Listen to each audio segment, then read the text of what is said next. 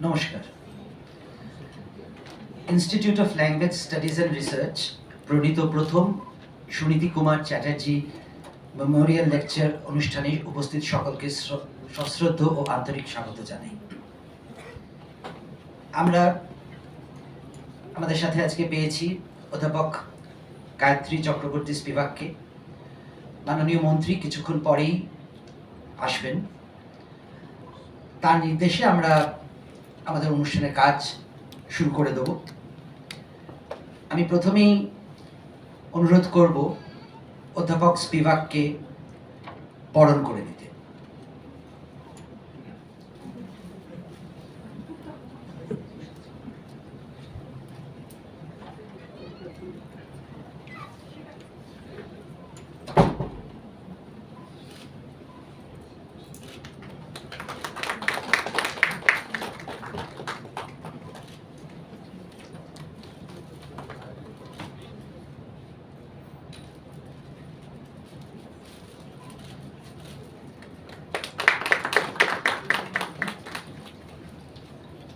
আমরা অবগত যে institute of language studies and research নিরন্তর কাজ করে চলেছে বাংলা তথা অন্য অনেক ভাষা চর্চার ক্ষেত্রে।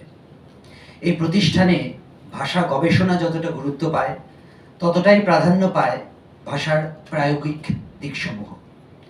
ভাষাচার্য সুনীতি কুমার চ্যাটার্জি স্মারক বক্তৃতামালার সূত্রপাত করে institute of language studies and research তাদের ভাষা কেন্দ্রিক কর্মকাণ্ডের তালিকায় যুক্ত করলেন আরও একটি প্রশংসনীয় অধ্যায়। আজকের সভার সূচনা হবে ILSR এর অধিকর্তা ডক্টর স্বাতী গুহর প্রারম্ভিক ভাষণের মধ্য দিয়ে।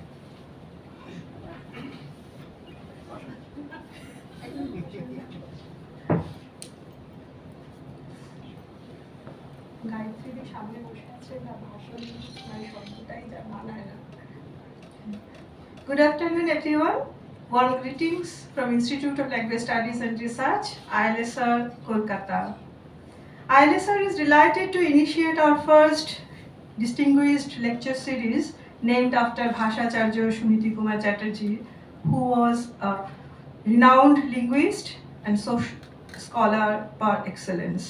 And what is more exciting and joyful to us, that we have got Professor Gayatri Chakravorty Spivak, University Professor of Columbia University, as the distinguished speaker to deliver the first Suniti Kumar Chatterji Memorial Lecture of ILSR. Professor Spivak needs no introduction, as she is a renowned scholar who has contributed immensely in global humanities and social science research and scholarship. We are grateful to her for kindly accepting our invitation. Thank you, Gayatri. Thank you, Wala Manayana. We all know that Professor Spivak became world famous through her path-breaking translation of French philosopher Jacques Derrida's book of Grammatology, and her exemplary knowledge on language and language philosophy helped her to become one of the most eminent exponent of philosophy of deconstruction. Today, we are privileged to have with us Professor Spivak, and we look forward to learning more from her on the subject of her speech, which is how language holds us. We are also happy that we are going to have stories reaching very soon, have our Honorable Minister in Charge Departments of School and Higher Education, Government of West Bengal, Professor Bratya Bosu, who is also the chairperson of Institute of Language Studies and Research.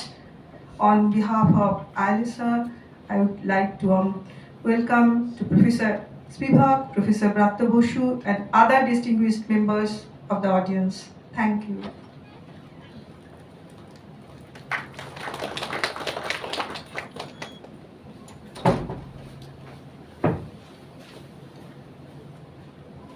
কর্মজীবনে উৎকর্ষের শিখর ছোঁয়া প্রকৃতই বিশ্ববন্দিত বিশ্ববরণ্য বাঙালিদের যে তালিকা, তার শীর্ষভাগে অধিষ্ঠান করেন অধ্যাপক Gayatri Chakraborty Spivak. অধ্যয়নের জগতে তার ব্যাপ্ত ও কালজয়ী কাজে সংক্ষিপ্তসার প্রস্তুত করতে যাওয়া ধৃষ্টতা মাত্র। আমরা শুধু এটুকুনি স্মরণে রাখতে পারি যে জ্ঞান চর্চার যে সকল প্রকোষ্ঠে উনি প্রবেশ করেছেন, যেমন উত্তর ঔপনিবেশিক তত্ত্ব, বিনির্মাণ, নারীবাদ, নিম্নবর্গের ইতিহাস, সর্বক্ষেত্রেই রেখে চলেছেন তার অনন্য অনুকরণীয় প্রজ্ঞার উজ্জ্বল স্বাক্ষর। তিনি পথ তৈরি করে চলেছেন, লেখাপড়া সে পথে পাড়ি দিয়েছে। অনেক শিক্ষাই আমরা পেতে পারি অধ্যাপক স্পিভাকের আজীবনের চর্চা থেকে। তবে আজকের অস্থির বহু বিভাজনে জর্জরিত সময় দাঁড়িয়ে তাকে দেখে আমাদের এই পাঠ নেওয়া বোধহয় জরুরি যে শীতল, দূরবর্তী ও বাস্তব বিচ্ছিন্ন জ্ঞান চর্চার বিপ্রদীপে যে মানবমুখী সক্রিয়তাবাদ থাকে তার গুরুত্ব অপরিসীম। Institute of language studies and research আয়োজিত প্রথম সুনীতি কুমার চ্যাটার্জি স্মারক বক্তৃতা প্রদান করবেন অধ্যাপক গায়ত্রী চক্রবর্তী স্পিভাক। তার বক্তৃতার শিরোনাম হাউ ল্যাঙ্গুয়েজ হোল্ডস আস। সকলকে ধন্যবাদ জানাই। আমাকে বলা হয়েছে ইংরেজিতে বলতে, সুতরাং আমি ইংরেজিতেই বলবো। আর একবার হিন্দিতে বলেছি, সেটা না বলাই ভালো। চন্দ্রকান্ত দত্ত যে আমার সক্রিয় কাজের সঙ্গে খুবই জড়িত, আমি তাকে দেখে খুশি হচ্ছি, সে এই বক্তৃতা শুনেছে। দুর্ভাগ্যবশত যে হিন্দিতে যখন বক্তৃতা দিয়েছিলাম তখন ঠিক আছে ইংরেজি কথা ব্যবহার করে ইনভলভ হয়ে যাই ইত্যাদি বলে টলে করেছিলাম, কিন্তু একটা বিরাট বড় ভুল করেছিলাম, যে ভুলটা কিন্তু অত্যন্ত গুরুত্বপূর্ণ। এডুকেশন, আমি বলেছিলাম শিক্ষা, কিন্তু সেটা শিক্ষা হচ্ছে শিক্ষা দিয়ে দেবো ধরে সেই আমরা তো এডুকেশন শিক্ষা বলি না, লেখাপড়া বলি। কাজে আমার সমস্ত বক্তৃতা বলবার পরে একজন এসে আমায় জিজ্ঞেস করলো, এমন আনন্দের দিনে আপনি মারধর করার ছেলেদের মারধর করার কথা কেন বললেন? বুঝলেন? আশা করি ইংরেজিতে সেই রকম ভুল হবে না, তাহলেও চেষ্টা করে যাচ্ছি।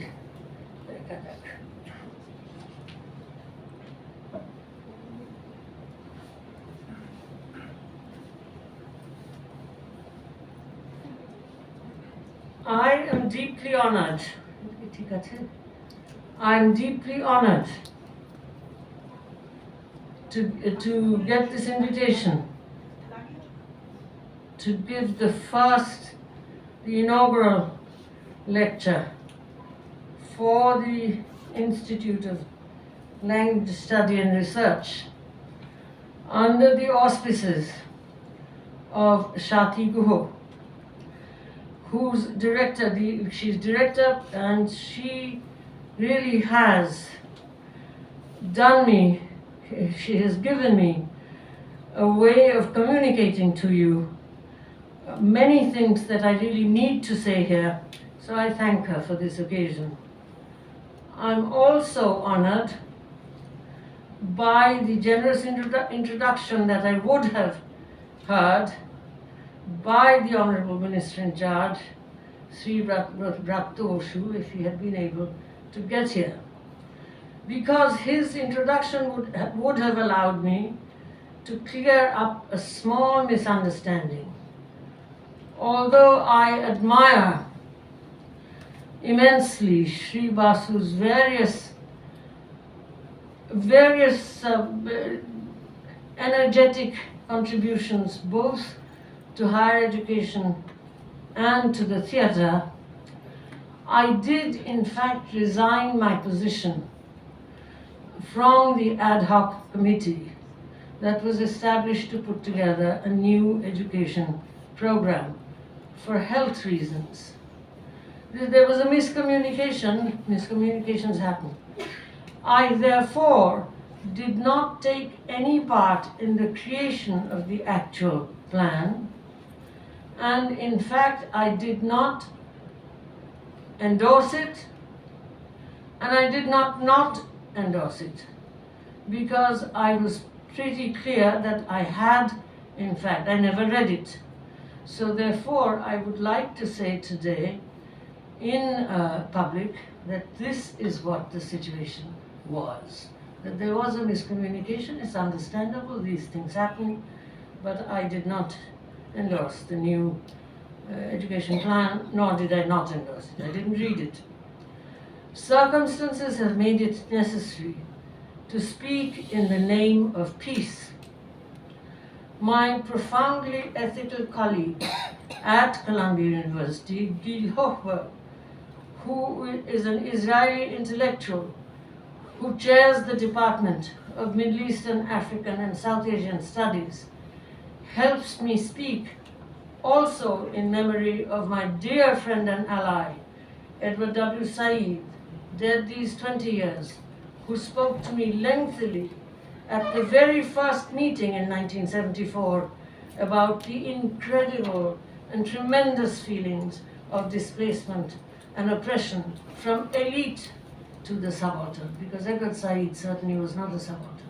So this is something that we need to know. I would also like to tell you a story which I've been told to tell you. I was supposed to be lecturing at keynoting an extremely important conference on democracy at the University of Dresden on the 9th of December, I think. And this invitation had been given to me long ago, and a lot of planning had taken place. Suddenly, about 2 weeks ago, the rectorate of the university sent me a message through my faculty host that they would like to talk to me about my Israel-Palestine politics before they decided what I would say. Now, this is a tremendous gesture against academic freedom. I'm not exactly a youthful intellectual. I have proved my point, and I should have been allowed to say what I wanted to say. I should have been trusted to say it in the appropriate manner in an academic context. So, of course, I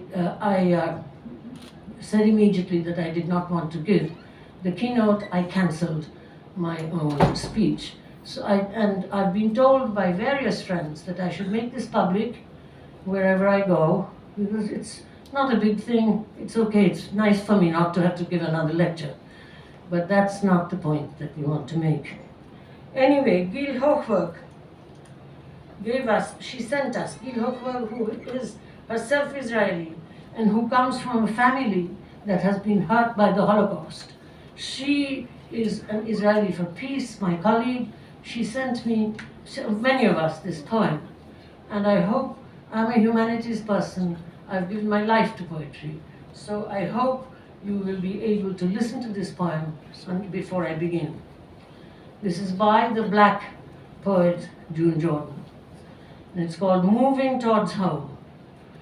I do not wish to speak about the bulldozer and the red dirt, not quite covering all of the arms and legs, nor do I wish to speak about the night-long screams that reached the observation posts where soldiers lounged about, nor do I wish to speak about the woman who shoved her baby into the stranger's hands before she was led away, nor do I wish to speak about the father whose arms were shot through the head while they slit his own throat before the eyes of his wife, nor do I wish to speak about the army that lit continuous flares into the darkness so that others could see the backs of their victims lined against the wall, nor do I wish to speak about the piled up bodies and the stench that will not float, nor do I wish to speak about the nurse again and again raped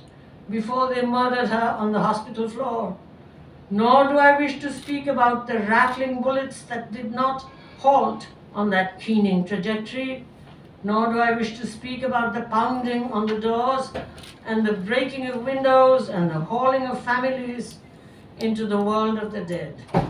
I do not wish to speak about the bulldozer and the red dirt, not quite covering all of the arms and legs, because I do not wish to speak about unspeakable events that must follow from those who dare, quote, to purify a people, those who dare, quote, to exterminate a people, those who dare to describe human beings as, quote, beasts with two legs, those who dare, quote, to sum up to tighten the noose, to step up the military pressure, to ring around civilian arrests with ranks, those who dare to close the universities, to abolish the press, to kill the elected representatives of the people who refuse to be purified. Those are the ones from whom we must redeem the words of our beginnings, because I need to speak about home. I need to speak about living room, where the land is not bullied and beaten into a tombstone. I need to speak about living room, where the talk will take place in my language. I need to speak about living room, where my children will grow without horror. I need to speak about living room, where the men of my family between the ages of 6 and 65 are not marched into a roundup that leads to the grave. I need to talk about living room, where I can sit without grief, without wailing aloud for my loved ones, where I must not ask, where is Abu Fadi? Because he will be there beside me. I need to talk about living room, because I need to talk about home. I was born a black woman, and now I'm become a Palestinian. Against the relentless laughter of evil, there is less and less living room. And where are my loved ones? It is time to make note our way home. I was a black woman. Now I'm a Palestinian. As I, slide one please. As I, Gayatri Spivak, am a Lohar. Next slide. Next slide. Slide 2. Rohingya. Now they made me stand there. I certainly don't do things like that. And these are all men. So go to slide 3. And a Santa. This is Rohingya women at Utupalang, which I visited in August. Now I'm a Palestinian. As I, Gayatri Spivak, am a Lohara Rohingya.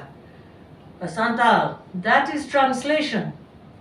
Peace is translating myself into other spaces in order to translate. Okay, you can take that. Okay.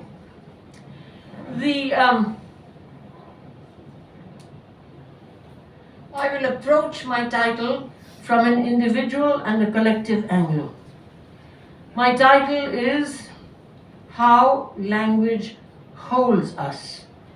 I use hold in the sense carried by that root dhr in dharma, as it figures in the sense of a secular ethics. I cite here the extremely well-known tag from the Mahabharata, Dharanat dharmam ityahu dharmam dharayate praja. This is really not about religion. In English, if you translate dharma religion here, you would make a mistake. So this is more or less, I mean, this is a very, very well-known tag. Most of you are beyond a certain age, above a certain age, know it. Okay, dharanat dharmam ityahu dharmam dharayate praja. Of late, confronted with the undeniable consequences of what we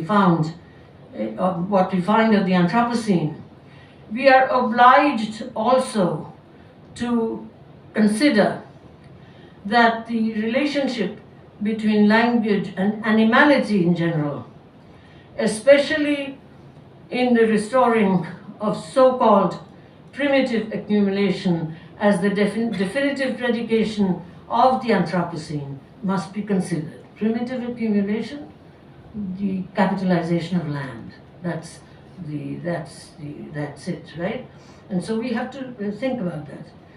In the interest of time, I withhold that discussion here and simply indicate that any extended consideration would truly have to read in deep focus Jacques Derrida's prescient text, his last text, The Animal that I therefore am and I follow. It's an extraordinary book, especially as it lays out Hegel's restrictions of the limits of the subject. I have written about this in Bengali in Anushtup, so to an extent I can say that perhaps you might want to just go there. Now,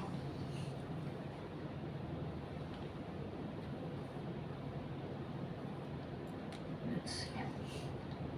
It's the next page, isn't it? I must be careful.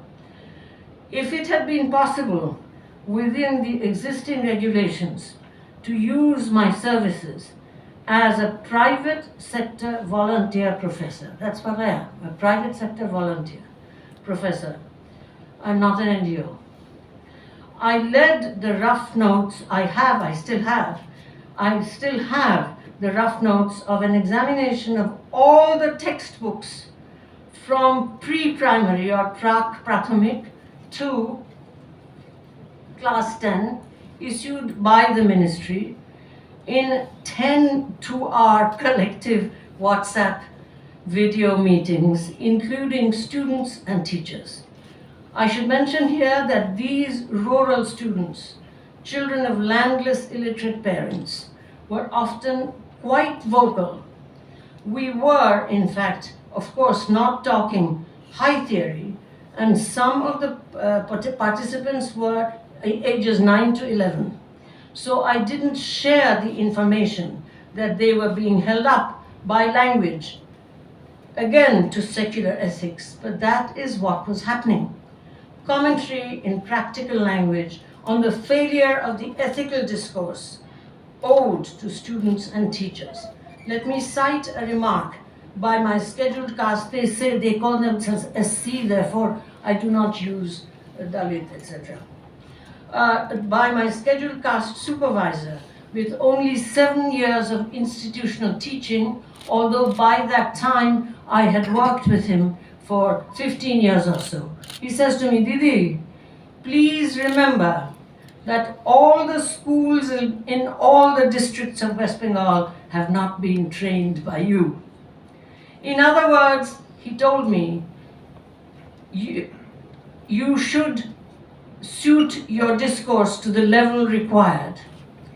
A version of what I'm suggesting by language holding us up. If I had spoken in a way that would not be accessible to these primary school teachers who had not been trained by me, I was not allowing them a language that would hold them up in the sense in which I'm using it. In simple Bengali, what he was doing, he was telling us to let my language hold them, as the children in simpler Bengali were telling me that the language and the pictures of the books were not holding them. I absolutely understand that this was not the format in which our advice could be taken, but by marking the spot here for future struggles of democracy against bureaucracy, power of the demos against the power of the bureaus, X marks the spot. Democracy, demos, জনগণ, আমি জনগণেশের প্রচণ্ড কৌতুক. I think I can take this and make it my own. প্রচণ্ড কৌতুক, that's what I am. I'm a joke. I had also offered to train the textbook writers, 7 at a time. Again, I fully understand that the textbooks are not written for SC/ST teachers of the informal sector. I gave about 2 hours of one-on-one advice to one of the officers on a promising project. In the event, the advice was ignored. Again, I absolutely understand that for the administrative service, implementation must remain more important than quality. I call it activism as target practice, and I use it also at my own university. Activism as target practice. The falcon cannot hear the falconer. With no experience of committee work and only 1 semester of university teaching, at Jawaharlal Nehru University in 1987, and 2 weeks that very summer at the Center for the Study of Social Science.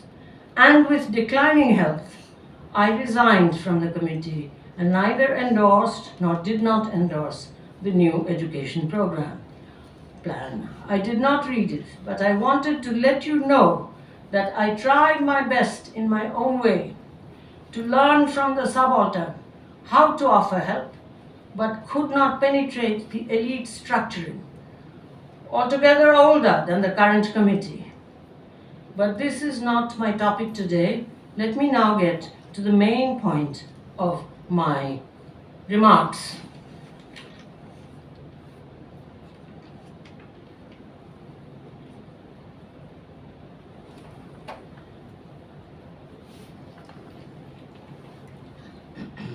My sense of support coming from these passages, the passages that I will read, of difference in subject position in relationship to the in relationship to the situation. I just told you that my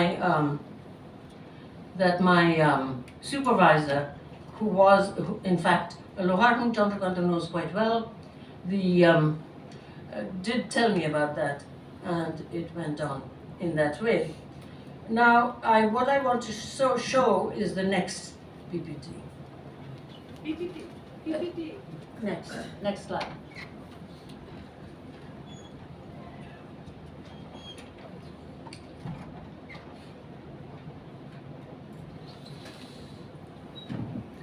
Did he go off? Or is he here? Yes. Next slide.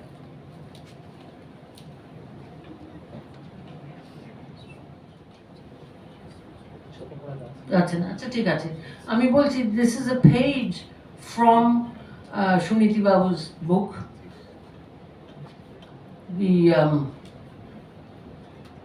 Origin and Development of the Bengali Language, affectionately called ODL by one and all, ODBL by one and all.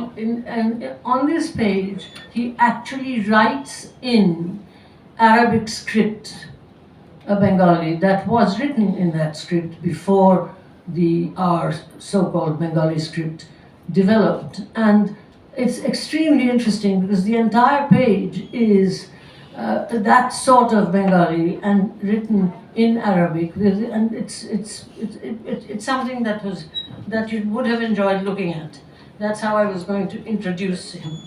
So but what I really need to say is that I do not have the training to be able to comment on it, but I wanted to have that thing there so that you would know that if you hit globality in that way, then you do not have to have any problems at all with drawing citizenship and having problems of that sort. So, I mean, although we must, of course, revise Suniti Babu's ideas of an Indo-Aryan people, nonetheless, Chatterji's language emphasis can actually take that on board. In general, the general politics of this book is very much this kind of complete globalization in the matter of the existence, the origin, and the development of Bengali. In my own work, especially as I have insisted on the importance of Bengali in Bengal, I have emphasized the child's pre-rational acquisition of language. This idea of acquiring language from developing a language which actually touches, because it's pre-rational, the infant, it touches the possibility of ethical semiosis inside the child's meta-psychological machines, and that the parents actually learn that language, and because the parents are speaking a language with a history which existed before the child was born and will exist after the child dies slowly, and this is called the first language of the mother tongue. And I have said again and again that this is how, in fact, the child accesses what I call the lingual memory.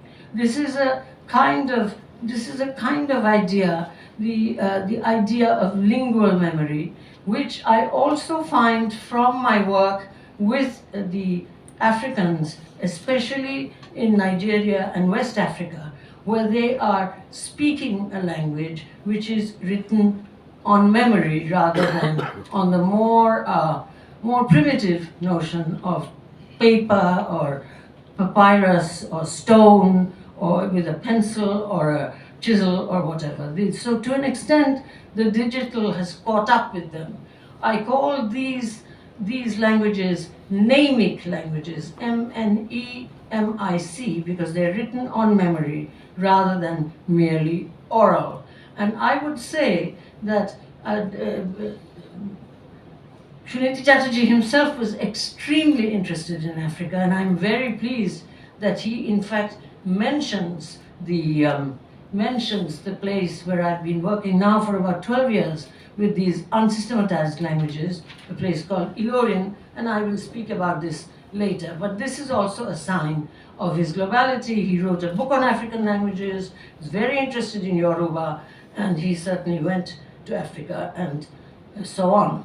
And as I said, I haven't the training to actually comment on that, the page that you didn't see, but Chatterji made it absolutely clear that on the individual level, the work relates to the proper use of this indirect and appropriate way of the isolation of imperialism. The way that we go back to, and this is also true in Africa. Now, would you show the next one?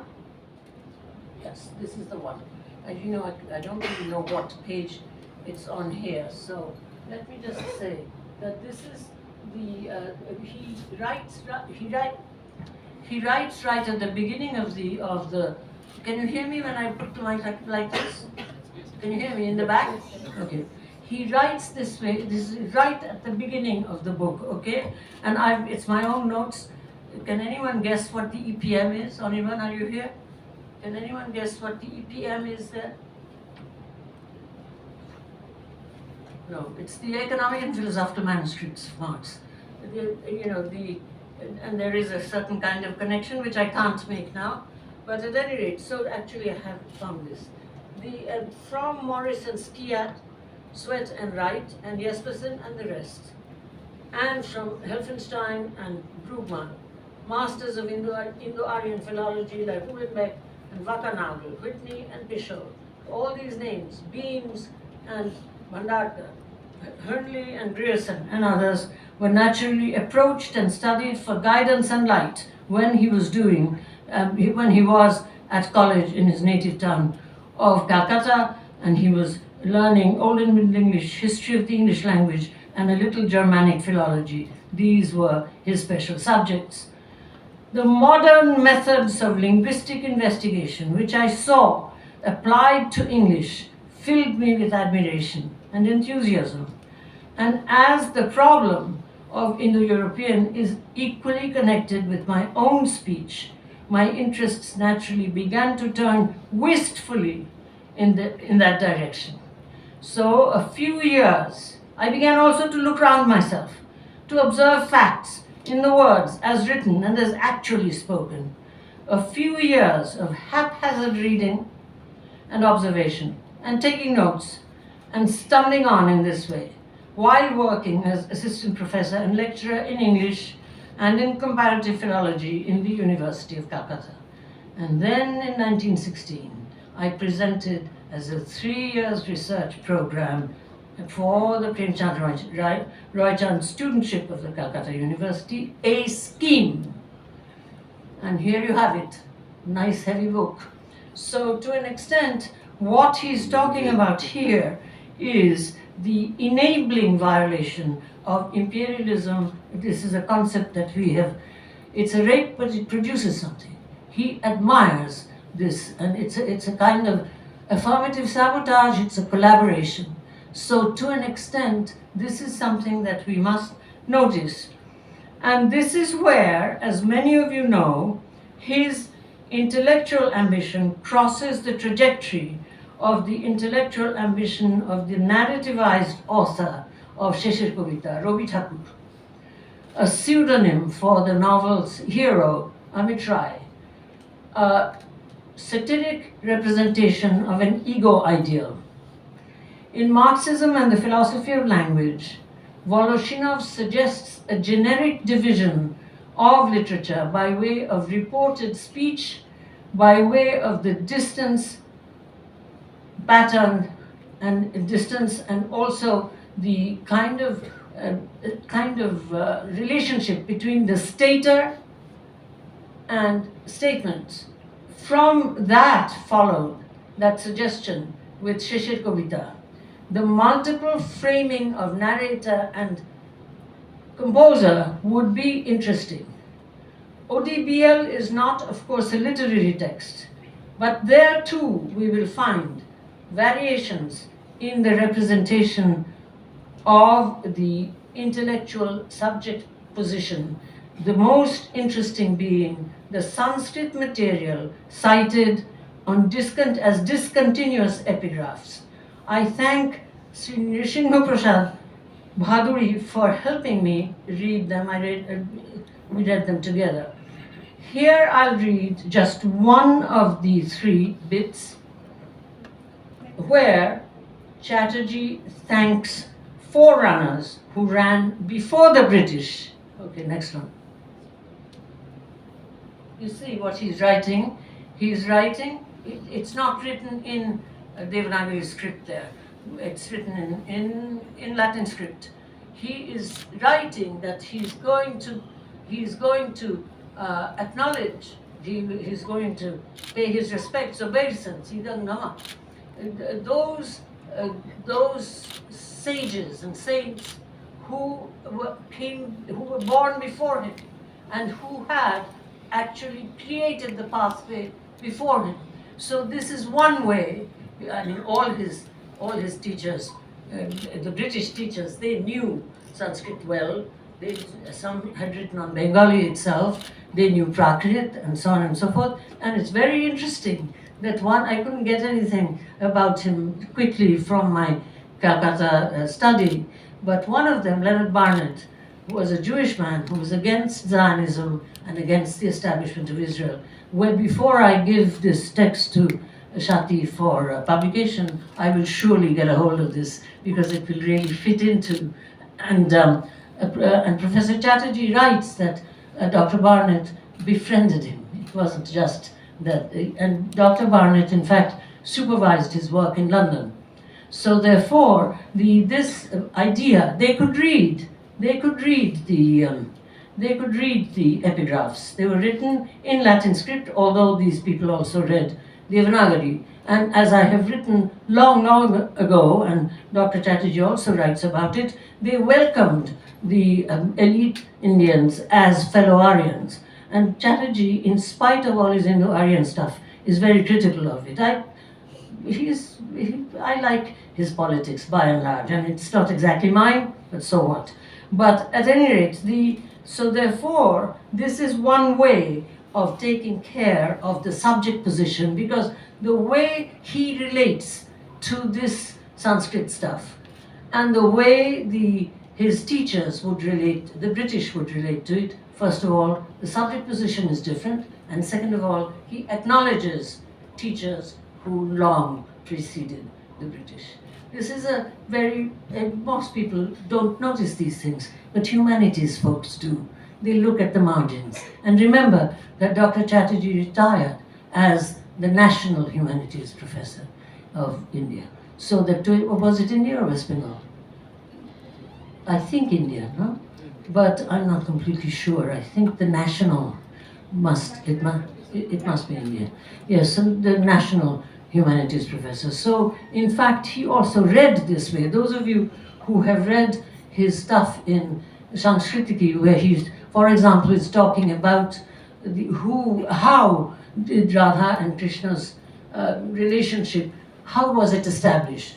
You will see he reads exactly this way, like as if the text is a detective story, and you have to actually go through it to find the clues, so that the answer, which can't be certain, he says that too, The humanities have to deal with the unverifiable, but you can make suggestions so that his way of reading, and he acknowledges this way of reading.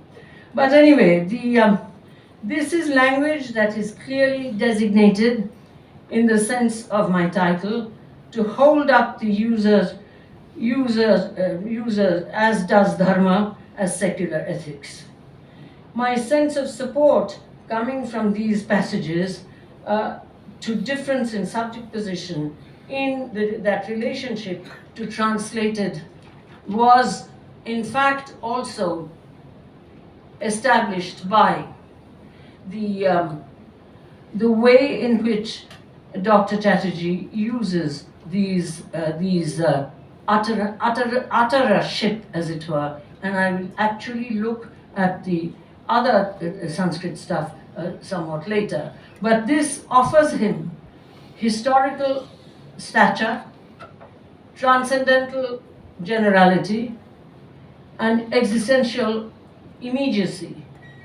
As you read this book, every time you read it, there is an existential present which makes you perform these Sanskrit gestures, which in fact is a separate place he makes for himself before he steps into the introduction. The task of celebrating the mother tongue is redefined for him through this, from an institutional validation from a colonial institution necessarily practicing collaborative epistemic violence as civilizing mission, putting the mother tongue in that mode. So this releases him. Those Sanskrit verses translate violence into enablement, drag the possibility of transforming the incalculable mother tongue into an object of creative research. I gave a paper on Shishir Kavita at the University of California at Berkeley about 5 years ago.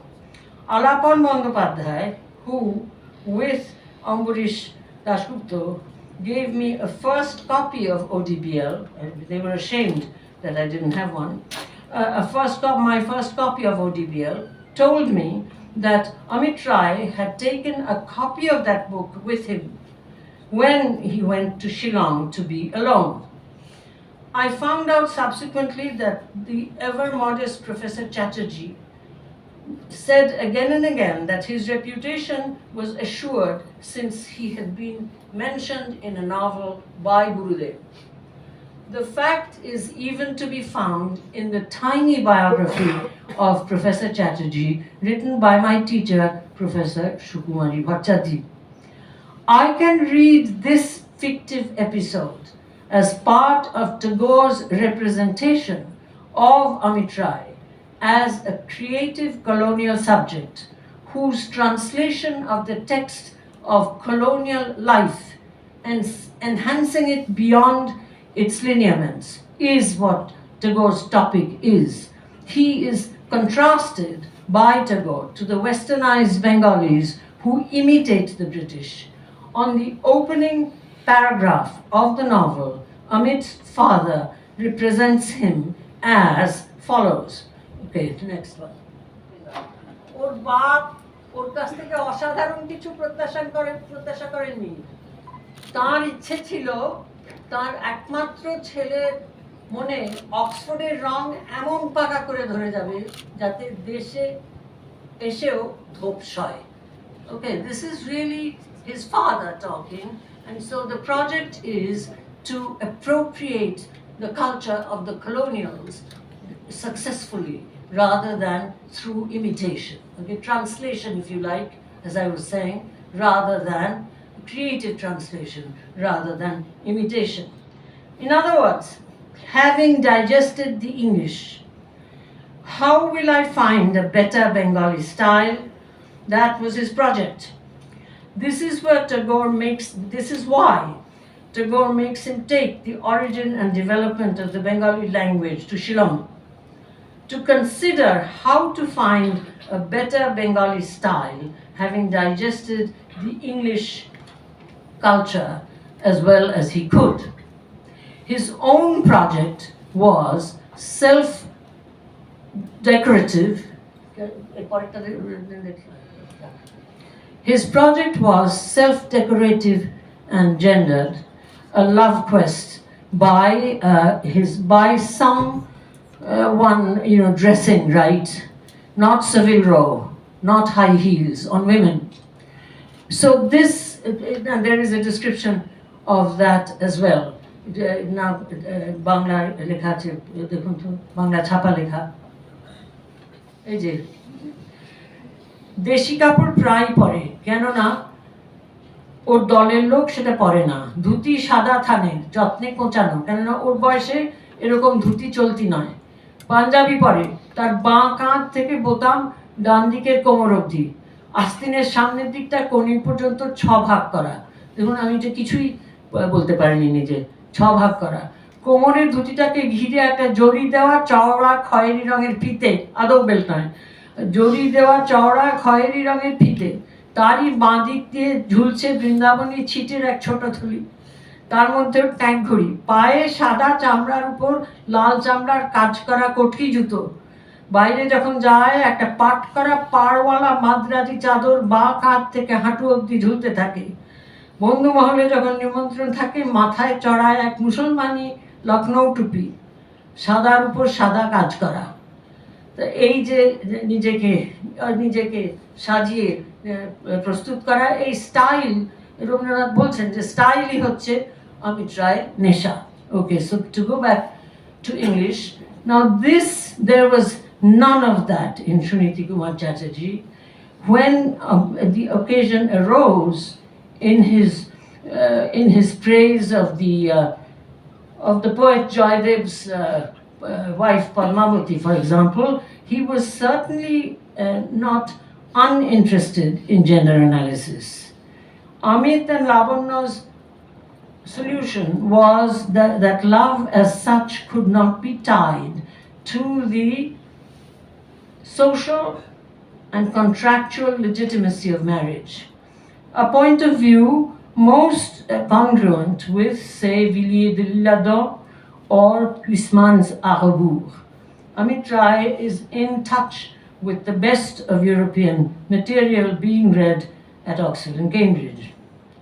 Suniti Babu is meeting up with Nigerians and the Ashanti in London. To the extent, as I was saying before, to the extent that he will go to Africa and write on African languages. This was altogether unusual. He was interested in marginal groups, tribal groups, Sufis, but never seemed intellectually moved by gender or sexual difference. We'll talk about that. His admiration for Bantu philosophy and African art cannot be praised enough at that time. This was extremely unusual, and this had nothing to do with dressing right and looking for love. Mind you, there could have been a little more gendering, but Bantu philosophy and African art cannot be praised enough. I wish he had shown some interest in what I call the Namic languages that I have just described to you, and so I hope that in some way I will be able to make you see what it is that I mean by Namic languages. So, as I said to you already, that this was language that was written directly on the memory, and this, to an extent, one can say that it was a sort of metaphysical, empirical representation, not metaphysical at all, empirical representation of this way of Namic languaging. These languages, that's the one. Okay, এবারে ওই যে GCS বলে লেখা রয়েছে না একটা power point, দেখুন GCS বলে লেখা রয়েছে ওইটা। আচ্ছা, so this is what I mean by Namic languages.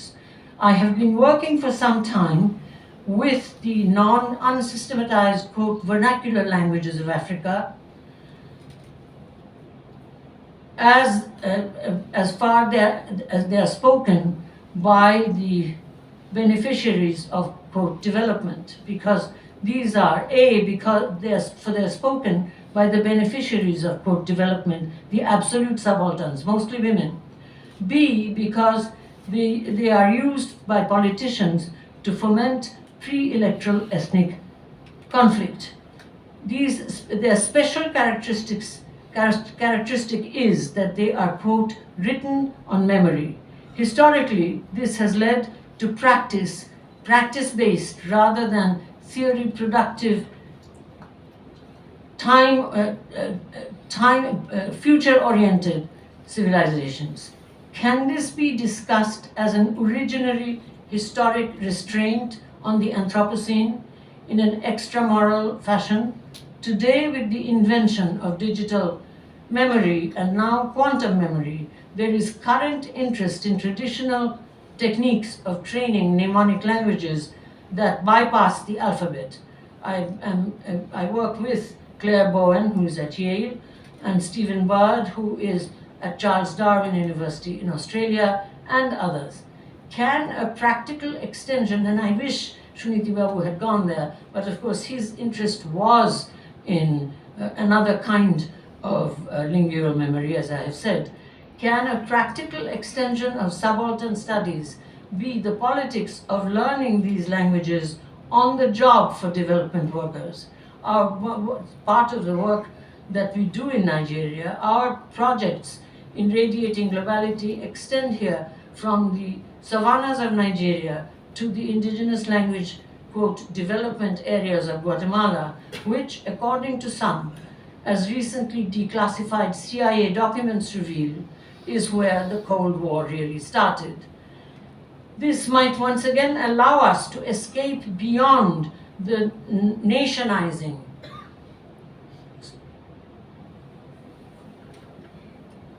centralizing exhortations of merely post-colonial radicalism and move toward the abstract comradeship of globality, a new contemporaneity.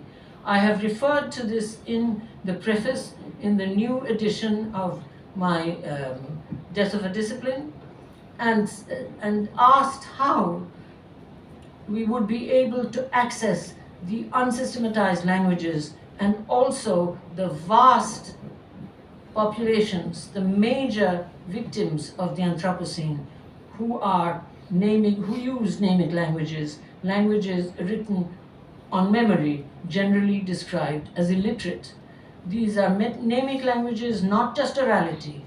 And the memory did nourish a certain kind of Pan-Africanism, as Islam did. The memory of this kind of scripting did nourish a certain kind of subaltern Pan-Africanism, as Islam did in the North.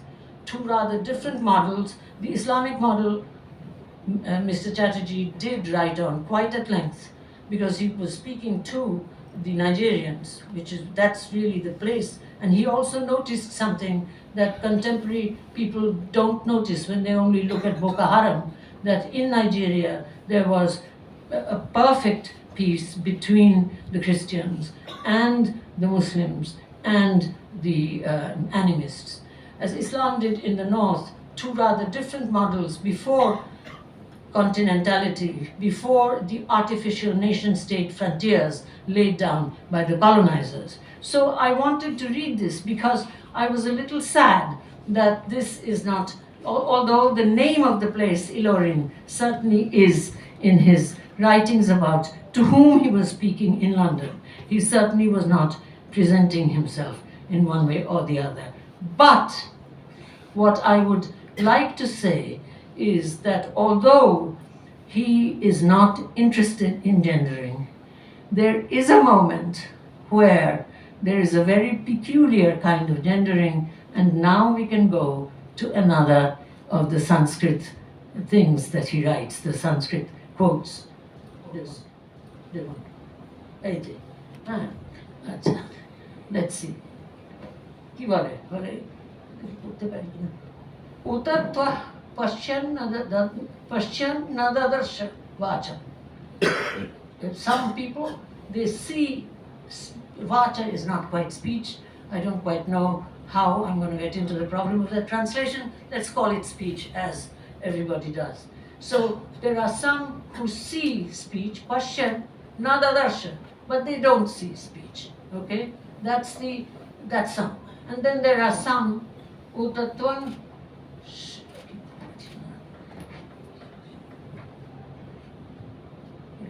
হাতে নেওয়া যাবে না কিছু না চেঁচিয়ে বলছি নইলে করতে পারবো না উদাত্বম শৃণ্বন না শৃণোতিয়ে না শৃণ্যম na shinotiye na.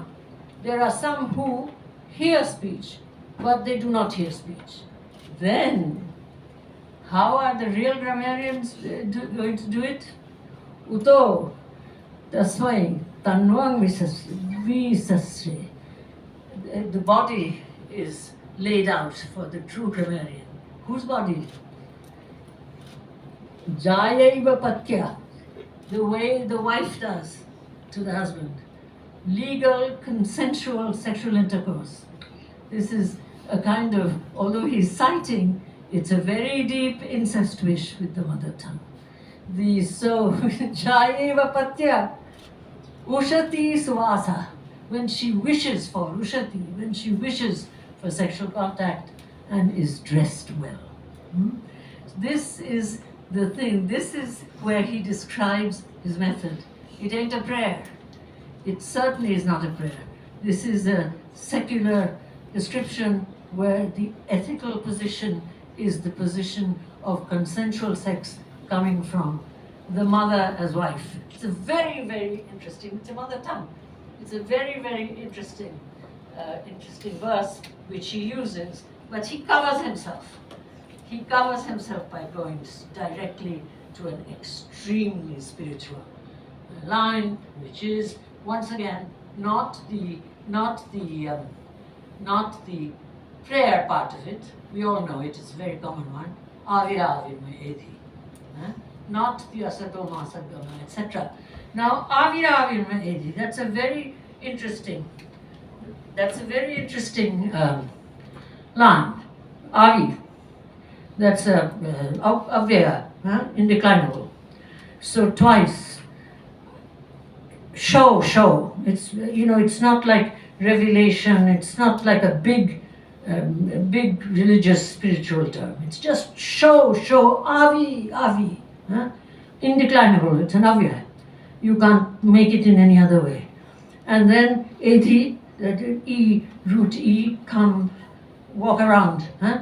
But that ma, it's very interesting because as we well know, it's very well known. The 3 lines before use the ma, right? Ma, accusative. Asato ma, sadgamaya. Tamaso ma, jyotirgamaya. Mrityur ma, amritargamaya. Ma. So what, this I did not know this, in fact Rishinghar told me that often in Vedic Sanskrit you put in a word in between 2 words, just simply. This happens in Chinese, which I know a little bit. You just put it in, just simply for nothing, to make some kind of balance. And that avira avirma, that ma is that. He thought that it was a me, mama. I think it's a ma, because all of the ma's are there before. So it would be avira avir ma, come to me, edhi, come, walk around. So this is a heavy duty. It's not spiritual, there's no prayer here. But nonetheless, this real call, this covers this open incestuous sexuality of the couplet, where the grammarian's work is such that the grammarian doesn't do it himself. It's the wife, the language, that opens herself and opens her body, but in that very important book, for nothing, right on the first page, as Binoy is standing holding the railings of his veranda, on the street, a guy, a mendicant, Poki, sings and he just walks out. He never appears again. So these kinds of complicated topological use of absence. And of course, there are people here who went to English Honours at Presidency College. Taruk Babu certainly taught Cordelia this way. And he certainly, when he taught Cordelia's speech, nothing, 8 syllables of silence, nothing. 8 syllables of silence again. Nothing will come of nothing. Speak again. So he certainly showed us that it was the silence that was making a point, rather than rhetorical extravagance. So to an extent, this emptiness in Sheshir Kavita, that he takes the book, but we are not told what he does with it. It's something that gestures toward the outside of the book. Now let me just say what I will do with it, and then I will make an end. Of late, I have been thinking of activist reading as a relay. Activist reading, activist historiography. About this I have written elsewhere, and I'm just about to finish a book on W. Du Bois, and Du Bois, in fact, has said that he wrote in 1957, a little before his death, he left with his wife a text 6 years before his death. So what I have done well will live long and justify my life. What I have not been able to succeed at, I hope others will take it up endlessly, and that will be my applause, and I hope they will bring it to fruition better than I could. And that will be my applause. To an extent, with this emptiness that there is in Amit Rai, I will actually use, that he doesn't do anything with Suniti Babu, I would use the many, many places in his book where woman's name is given. And sometimes good, like from the Turkic languages, Begum, Khatun, etc., and some, princess, lady, and sometimes bad, Magi, Magi Tabba, and others that I didn't even know existed. And each time, the name of the woman, that word, is just simply an example of some kind of a vowel movement phonetics. It's really like Google. That is to say, you put everything together just by the phonetical connections.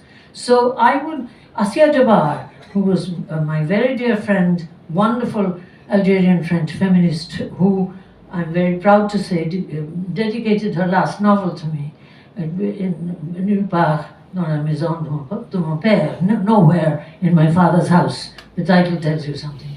So to an extent, she herself learned 18th century and post-Muhammad Arabic, which she didn't know well because she was brought up in French Algeria. She learned this so that she could inhabit the moments of women in totally male-centered texts. It's a fantastic book called Far from Medina, where she picks up on each one of those woman moments and she fleshes it out in a kind of narrative. So I would like to do something like that with the many places where Suniti Babu uses women's names in this way. I think that there is a place for a relay there, and we'll see what happens if that happens. And the one that I really like,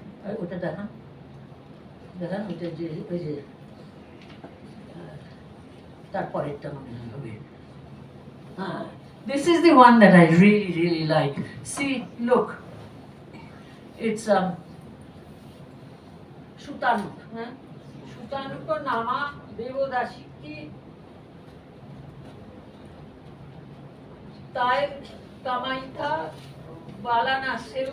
Balanasev is from Varanasi. Balanasev. Devadine nama Rupadake. Rupadake is Rupadaksha. So this first example of Magathi, we've worked on it. So I would very much like to go into this in some way and see where he got it, and if possible, work with someone who is capable of guiding me here, because this is not my specialty at all. I do have the guy Thibault, who is my, who teaches Middle Bengali at the University of Chicago, Frenchman, who's on my committee for the bilingual Bengali edition that we are doing, Shankar and I started. So this is, I'm just telling you about, and especially for, I hope there are some feminists in this room, especially for that, you know, I do want to do this kind of affirmative sabotage, if you like, historical relay, if you like.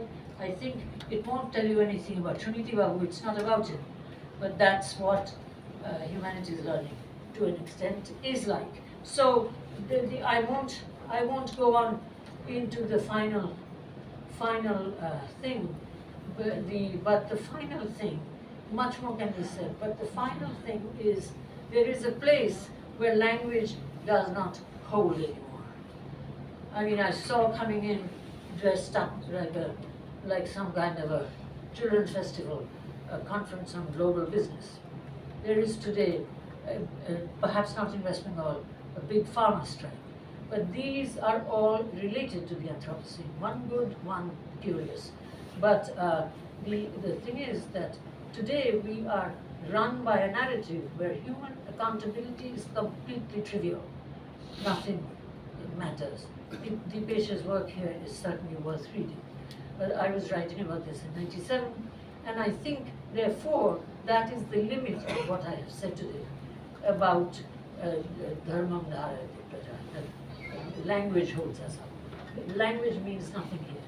So the thing is that I just want to show a poem that came, that flamed up for me yesterday, because I do, and because he knows this work, because we do this together. We do sit together and say that although you can't see little children, you can't see that that this is round. With the more, as far as you go, it's so big, it's fat. The old rishis, they actually calculated this by mathematics, but now when I show them the pictures on my phone from the moon, round Earth, etc., I say, actually it is round, a huge ball we are sitting on, hanging in outer space, and people are hanging on the other side. Why don't they fall off? I can't go into this discussion now, because I think that the subaltern should be introduced to the world's cartography if this climate change is just not going to be something that we do and then we go into smart capital and so on and so forth. It's not going to happen that way. So yesterday, and so I say this to them, and I put, because the textbooks are nonsense. They say that the thing goes around like a top. The earth goes around like a top. What would they understand? So I put a thing, a stick with where the sun is. And after we have talked about everything, an hour and a half has passed, the sun moves, right? And so I say to them, look, this PTV has just moved this little bit in an hour and a half. It moves very, very slowly. But we are all moving. We don't know it. We're all moving at that speed. The trees, the rocks, the everything, and we are too. We have moved, but we don't know. Just as we don't know that it's right. And it's, you know, it's exciting for these kids, because it's really strange. I'm moving. I mean, you know, I don't know it. Okay. So I was coming to an end of the speech, what it's worth, and I was thinking of the fact that there is a limit to what my topic is, how language holds us up, because nothing holds us there. Language is of no use. This is nothing. So then suddenly a poem, this is the humanities thing, a poem that I first read in high school and that I must have read 1,000 times, that many teachers have taught me, suddenly flamed up. I want to share it, just not the whole poem, just it's not a long poem like the first one, just the end, and many of you will know it. Huh? No motion has she now, no force. She neither hears nor sees. And listen to this. Rolled round in earth's diurnal course. This is Anigati. Rolled round in Earth's diurnal force, like rocks, stones, and trees. This is what I offer you in closing. Thank you for your patience.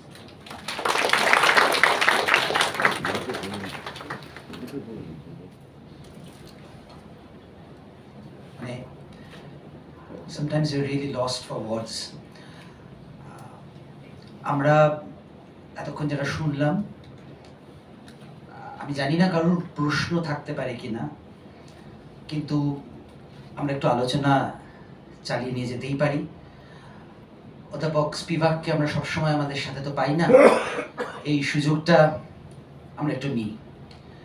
যারা শুনলেন তারা যদি কোনোভাবে ওনাকে প্রশ্নই করতে চান বা কোনো মতামত দিতে চান, দিস ইজ দ্য টাইম।